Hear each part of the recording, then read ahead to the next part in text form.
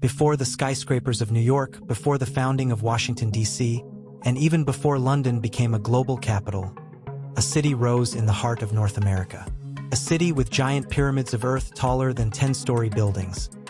A city of tens of thousands, larger than London at its peak. And then, without warning, it vanished. No written records.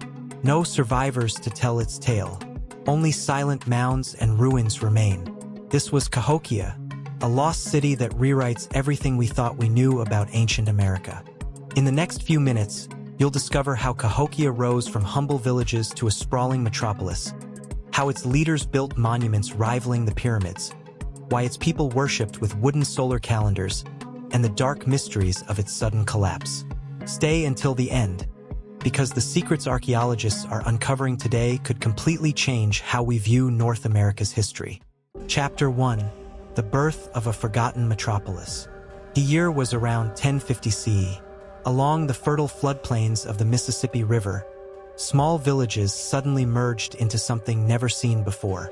Within just a few decades, Cahokia became the largest city north of Mexico, with an estimated 20,000 to 40,000 people. To put that in perspective, at the same time, London had fewer than 20,000 inhabitants. Paris was just beginning to grow. Yet here, in the heart of America, stood a city that rivaled them in size and complexity. Its location was no accident.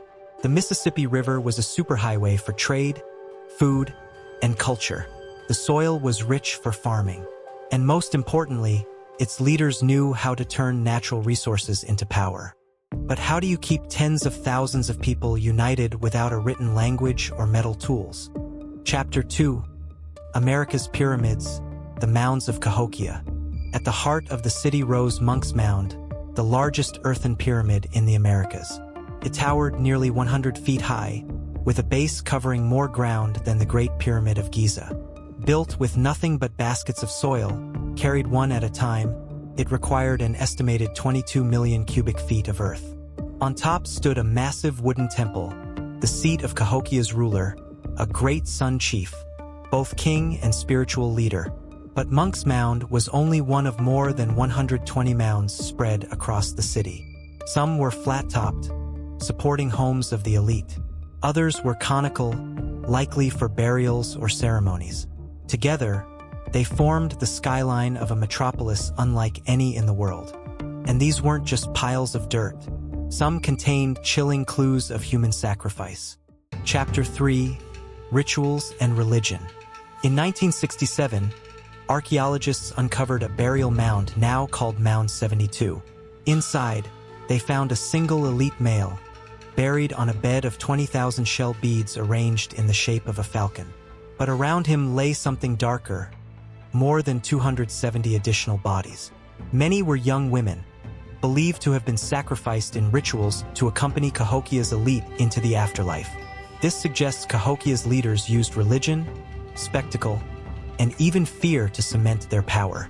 Imagine standing in a crowd of thousands, watching as sacrifices were made beneath the shadow of a towering mound. To the Cahokians, this wasn't brutality. It was the sacred balance of the universe. But Cahokia's people didn't just worship through blood. They also watched the stars. Chapter 4. Woodhenge, the Calendar of the Sun. Near the city center, archaeologists discovered a circle of massive wooden posts. From its center point, the posts aligned perfectly with the sunrise during the spring and fall equinox, and the solstices of summer and winter. This structure became known as Woodhenge. For the Cahokians, this was more than astronomy. It was a sacred calendar, a way to time crop planting, religious ceremonies, and festivals that kept the city in rhythm with the cosmos. Picture it. Thousands of people gathered at dawn, watching the sun rise between two great posts, as priests declared the turning of the seasons. This wasn't just science.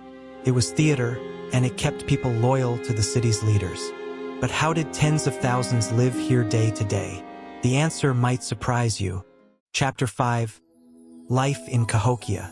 Life in Cahokia was busy, noisy, and full of energy. Farmers cultivated fields of maize, beans, and squash, the backbone of the city's diet. But the land could only support so many mouths. and archaeologists found evidence of overfarming, deforestation, and erosion.